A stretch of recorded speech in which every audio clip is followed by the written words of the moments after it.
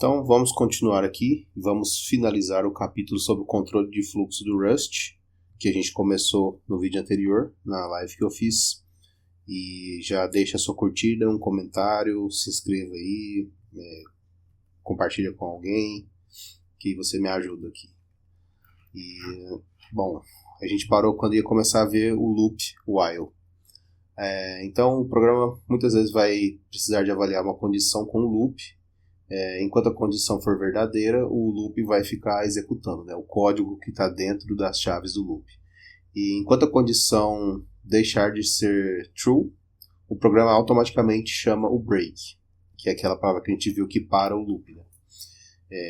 Inclusive no caso do while não precisa escrever break, a gente pode ver aqui, deixa eu só tirar essa parte lateral. A gente pode ver aqui que não tem o break aqui dentro, mas ele já fica subentendido.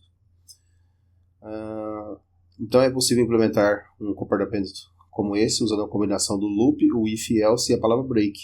Você pode tentar isso agora com o programa se você gostaria, mas esse padrão é tão comum no Rush e em outras linguagens também, né, tipo C++.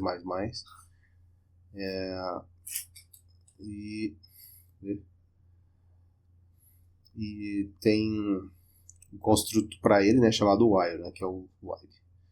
Então ele dá o exemplo aqui embaixo, né, que while, a palavra reservada, né, number diferente de 0, faça isso. Tudo que está dentro de chaves aqui, né. Então ele declara aqui em cima uma variável number, enquanto ela for diferente de 0, ela vai ser executando isso aqui. Obviamente tem que ter alguma coisa dentro do loop que faça ele terminar, né, senão ele vai rodar para sempre. Então deixa eu colocar o nosso códigozinho lá. Vou apagar tudo isso aqui que a gente fez nas aulas passadas, no vídeo passado, né? Então let mut count do A3, né? Então while foi number, né, que ele chamou, né? Count, sei lá, diferente de 0. Ele vai fazer isso. Deixa eu desligar também esse autocomplete aqui, né? Então, quanto o count é diferente de 0, eu vou print line, valor do count.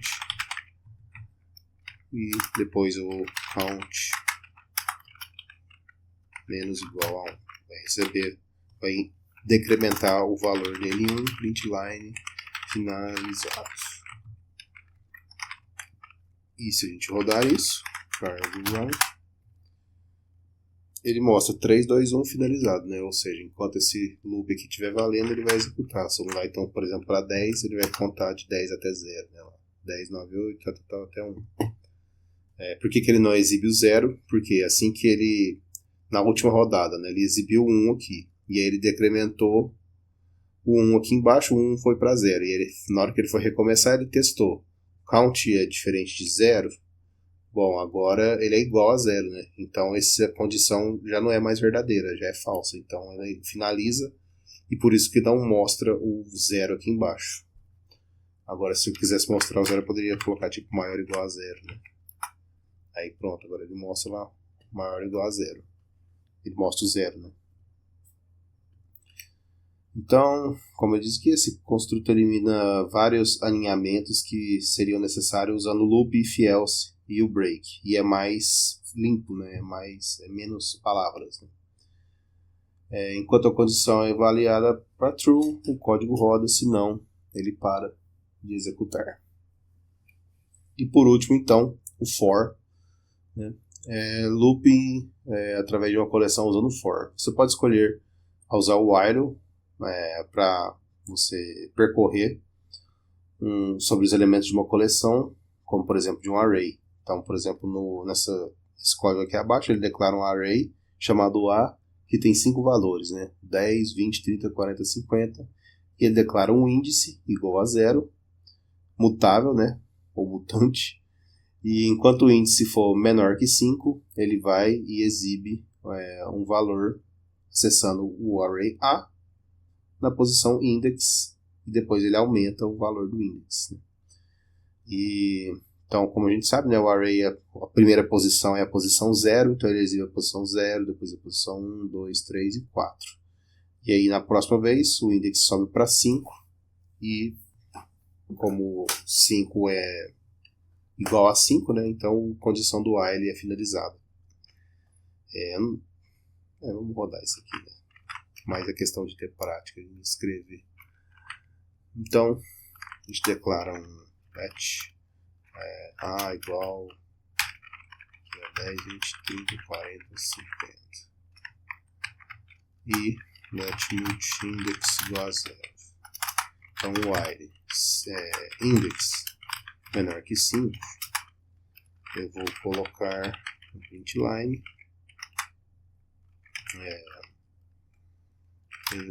colocar só o valor e uma vírgula, né? E uma barra de espaço. Não precisa de vírgula porque ele vai pular a linha, né? E o valor vai ser o A na posição index. E depois a gente aumenta o valor de index mais igual a 1. E pronto. Colocar nenhum finalizado, né? Cargo run. Então ele mostra aqui 10, 20, 30, 40, 50. Então repare, vamos ver o que acontece se eu esquecer de aumentar o valor de index. Olha lá, ele fica mostrando 10 para sempre aqui. Por quê? Porque ele nunca vai sair do loop, né? E vai sempre acessar a posição 0. Agora, se eu tentar, por exemplo, acessar algum fora, né? Vamos rodar até os 50 e ver o que acontece. Ele já entra em um panic, que ele tenta acessar uma área fora das fronteiras do array, né? Que tem tamanho 5 e ele tentou acessar uma posição depois da 4, né? Que é a última. Então, todos os 5 elementos do array aparecem no terminal, como esperado, através, mesmo que o índice chegue no valor 5 em algum ponto, o loop para de executar antes de tentar acessar o 6º elemento, né? A não ser nessa modificação que eu fiz agora. No entanto, essa approach, né, essa maneira, ela é propícia a erros. A gente poderia causar o programa a entrar em pânico, como eu fiz agora, se o índice se o valor do índice ou a condição do while for incorreta. Por exemplo, se você mudar a definição de A do array para ter 4 elementos, mas esquecer de atualizar a condição no while para index menor que 4, né, porque agora o array teria um elemento a menos, né? Então você teria que mudar tanto aqui e aqui também, né? Que antes era 5, teria que mudar para 4. Ou seja, são 2 pontos de alteração de código para alterar. Num exemplo pequenininho desse aqui, né? Isso é tranquilo, mas a gente sabe que em bases de código gigantescas, você ter que alterar 2 pontos de código para mudar uma coisa só não é uma boa ideia e não é uma boa prática, na verdade, e é propício a erros, né? Então, com uma maneira mais concisa, você pode usar o for e executar algum código para cada item em uma coleção. Então, um loop for, nesse exemplo, ficaria assim. Então, ele declara o array, então ele chama for element in A, né? Para cada elemento em A, o valor de elemento é tal. Fica muito mais conciso, né? Então, vamos apagar isso aqui. Então, for element in A.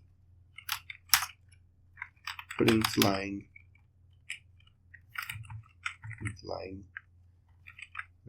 elements. É isso, né? Cargo run. Olha lá, isso mesmo. Eu tirei, né? Coloquei só 40. Mas é a mesma lógica. Então, quando a gente olha esse código, a gente vê que o mesmo output em cima, né? Que a gente fez um exemplo em cima. E mais importante, agora a gente aumentou a segurança do código e eliminou a chance de bugs que podem ser resultados de ir além do fim do array ou então não longe o suficiente e perder algum item do array. Código de máquina gerado a partir do for podem ser mais eficientes também, porque o índice não precisa ser comparado ao tamanho do array a cada iteração, ou seja, você ainda elimina a cada iteração uma comparação, né? If, por exemplo, aqui no while, né? A cada iteração a gente tem que fazer uma comparação com o valor do index se ele é igual ou não ao 5, né? E isso tem um custo computacional que dentro de um array de milhões de elementos, por exemplo, pesaria, né? Mas como aqui a gente está só incrementando o índice, né? Então o compilador não precisa colocar esse código que compara esse valor, ele vai apenas aumentando a posição na memória onde está isso aqui, sem precisar saber se dá no fim ou não. Então, usar o loop for, você não precisaria lembrar de mudar algum outro código se você mudasse o número de valores no array, como a gente viu lá, né? Diminuir uma quantidade e tal. Como a gente precisaria se estivesse usando o while, né? Então, a segurança e a conciseness, né? O quão conciso o loop for faz que os constructors mais comuns usados em loops no Rust, né? Então, mesmo em situações em que você quer executar algum código em um certo número de vezes, como em uma contagem, por exemplo, que usaria um while loop, como a gente viu ali em cima, a maioria dos Rustaceans, né, dos Rustianos, usariam um loop for, assim como em outras linguagens também, né, Python e tal. Dessa maneira você usaria um range, algo provido pela biblioteca padrão que gera todos os números numa sequência iniciando de 1 até o final, antes do próximo número. Então aqui é como se pareceria então uma contagem para baixo usando for loop de uma outra maneira que a gente não viu ainda, o rev, né, para fazer um range reverse, né. A gente viu anteriormente que a gente pode colocar um número, 2 pontos, outro número, e isso retornaria então um array. Isso é uma expressão que avalia para um array que tem aqueles números, né? E agora, se você chamar o rev, você vai reverter esse range, né? Esse array. Então, for element in 1 até 4.rev. Print line element. Então ele vai mostrar 4, 3, 2, 1, né? Estou supondo. Não, rev é uma função, né? Então tem que colocar abre e fecha parênteses aqui. Então 3, 2, 1, 3, 2, 1. Por que ele não mostrou o 4? Acho que ele deve mostrar só até o último na posição. Deixa eu fazer um teste aqui. E se eu tirar isso aqui, colocar um array direto? Acho que tem jeito, né? 3, 4, 5. Isso, tem jeito. E se eu colocar um rev aqui, tem jeito também? Não tem como chamar o rev e direto em um array. Então aquela expressão, na verdade, isso aqui ela não retorna um array, né? Ela retorna um range mesmo, né? Um outro tipo de dado. Qual que é o rev? Foi um engano meu dizer que isso aqui retorna um array. É um range mesmo, né? Esse é um tipo específico de dados. Mas é isso aí. Estou aprendendo Rust junto com vocês que estão me acompanhando. Bom, é isso, né? Acabou aqui. Agora só faz um sumário de tudo que a gente viu. Então a gente acabou de ver tudo sobre o controle de fluxo, né? A gente viu o if, várias condições, if else aninhado, repetição com loop, palavra loop, né? Retornando um valor com loop, fazendo o break dentro de vários loops, né? Você pode nomear um loop e dentro dele criar um outro loop também, e você pode quebrar esse loop de fora a partir do loop de dentro, chamando o nome dele, né? Isso é muito legal, não tem no C++, até onde eu saiba, né? E agora a gente viu o while e o for. Então é isso aí. Agradeço a presença de todos e até a próxima.